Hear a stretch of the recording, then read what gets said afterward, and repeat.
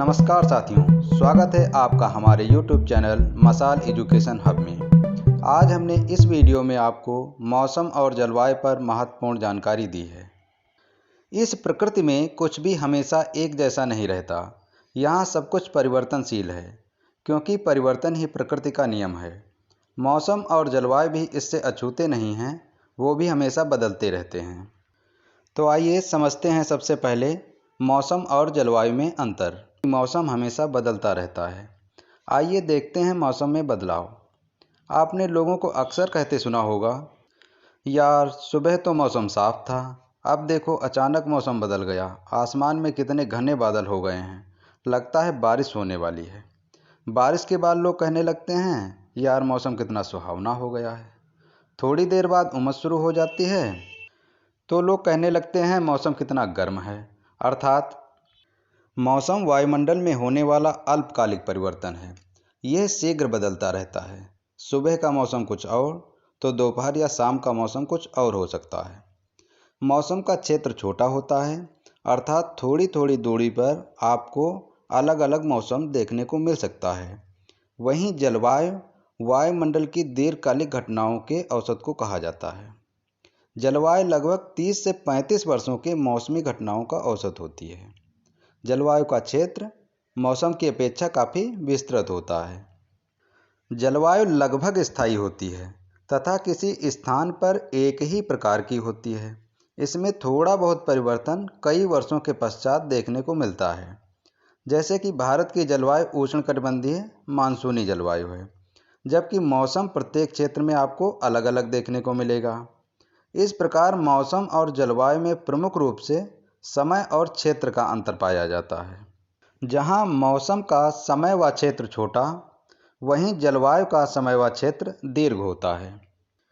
अब देख लेते हैं ऐसे कौन कौन से कारक हैं जो कि जलवायु को प्रभावित करते हैं। इनमें पहला है अक्षांशीय दूरी।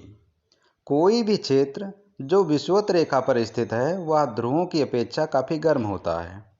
हम जैसे जैसे विषुवत रेखा से ध्रुवों की ओर बढ़ते हैं, तापमान में गिरावट देखने को मिलती है, क्योंकि ध्रुवों पर सूर्य की किरणें लंबवत नहीं पड़ने पाती। दूसरा प्रमुख कारक है जल व स्थल। हमें पता है कि जल की अपेक्षा धरातल शीघ्र गर्म व शीघ्र ठंडा हो जाता है, जबकि जल देर से गर्म व देर से ठंडा होता है। इसीलिए समुद्र के पास वाले क्षेत्रों में समशीतोष्ण जलवायु पाई जाती है, जो ना तो ज़्यादा गर्म होती है और ना ही ज़्यादा ठंडी। तीसरा प्रमुख कारण है समुद्र तल से ऊंचाई। वायुमंडल की निचली परत में ऊंचाई के साथ साथ तापमान में गिरावट देखने को मिलती है। इसका अनुभव हम किसी भी ऊंचे पहाड़ी क्षेत्र में जाकर कर सकते हैं। वहां हमें ठंडी जलवायु देखने को आसानी से मिल जाएगी। अगला प्रमुख कारक है महासागरीय जलधाराएं। ये दो प्रकार की होती हैं, गर्म तथा ठंडी। इसीलिए जिस किसी भाग में गर्म या ठंडी जलधाराएं गुजरती हैं तो वहाँ की जलवायु को भी काफ़ी हद तक प्रभावित करती हैं।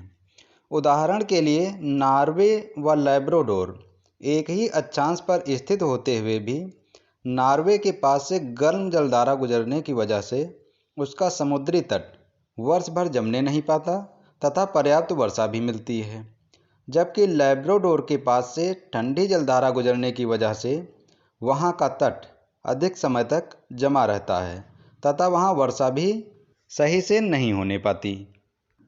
इसके अलावा पर्वतीय अवरोध, मिट्टी की प्रकृति, वनस्पति तथा वायुमंडलीय विक्षोभ भी जलवायु को काफ़ी हद तक प्रभावित करते हैं।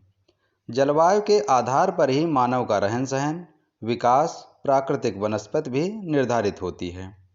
इस प्रकार इस वीडियो में हमने मौसम और जलवायु से संबंधित महत्वपूर्ण जानकारी दी है। आशा करते हैं वीडियो आपको पसंद आया होगा। धन्यवाद।